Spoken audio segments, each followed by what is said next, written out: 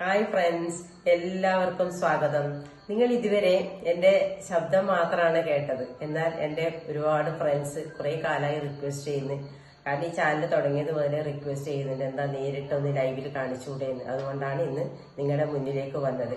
ഇന്ന് ഞാൻ ഉണ്ടാക്കുന്നത് മഷ്റൂം ചില്ലിയാണ്. മഷ്റൂമാണ് നന്നായി കഴുകി മഞ്ഞപ്പൊടിയൊക്കെ ഇട്ട് കഴുകിയതാണ്. പിന്നെ അതിന് വേണ്ടുന്ന മസാല ഉണ്ടാക്കേണ്ട സാധനം തക്കാളി, പച്ചമുളക്, അതേപോലെ വെളുത്തുള്ളി, കറിവേപ്പില, ചുവന്നുള്ളി അരിഞ്ഞത്, ചെറിയ കഷ്ണം ഇഞ്ചിയുണ്ട്. ബാക്കി പൊടികൾ കുക്ക് ചെയ്യുന്ന സമയത്ത് കാണിക്കാം. ഒരു നോൺ സ്റ്റിക്ക് പാൻ അടുപ്പത്ത് വെച്ചു.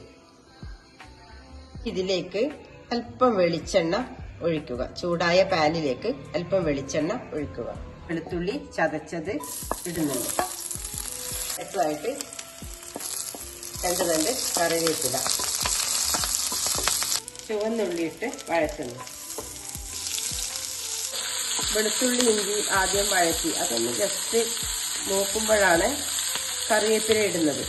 അധികം ചുവന്ന കളറാവാൻ പാടില്ല, കാരണം ഒരു വല്ലാത്ത ടേസ്റ്റ് വരും കറിക്ക്. ഉള്ളി ഒന്ന് വെന്ത ശേഷം നേരത്തെ അരിഞ്ഞു വെച്ച തക്കാളിയും പച്ചമുളകും ഇട്ട് ഇളക്കുക.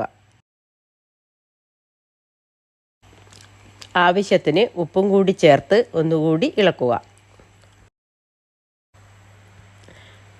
ഈ മസാലക്കൂട്ടിലേക്ക് 1/4 ടീസ്പൂൺ മഞ്ഞൾപ്പൊടി, 1 സ്പൂണ് മുളകുപൊടി, 1/4 ടീസ്പൂൺ ഗരം മസാലപ്പൊടി, 1 സ്പൂണ് ഇറച്ചി മസാലപ്പൊടി.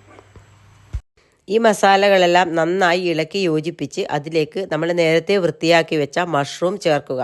ഒരു കാര്യം പ്രത്യേകം ശ്രദ്ധിക്കണം, മഷ്റൂം ചേർത്ത് സിമ്മിലിട്ട് വേവിക്കണം. ഒരു 3-4 മിനിറ്റ് വേവിക്കുമ്പോൾ അതിൽ നിന്നും താനെ വെള്ളം ഊറി വരും. ഒരിക്കലും വേറെ വെള്ളം ചേർക്കാൻ പാടില്ല.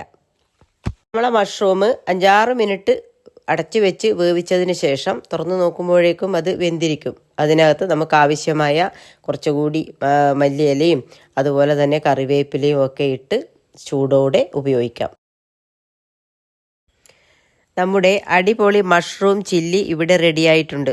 പെട്ടെന്ന് ഉണ്ടാക്കാൻ പറ്റിയ വളരെ നല്ല ഒരു ഡിഷാണിത്. എല്ലാവരും ട്രൈ ചെയ്ത് നോക്കി അഭിപ്രായം പറയണേ. വീഡിയോ ഇഷ്ടമായാൽ ലൈക്ക് ചെയ്യാനും സബ്സ്ക്രൈബ് ചെയ്യാനും ഷെയർ ചെയ്യാനും മറക്കല്ലേ.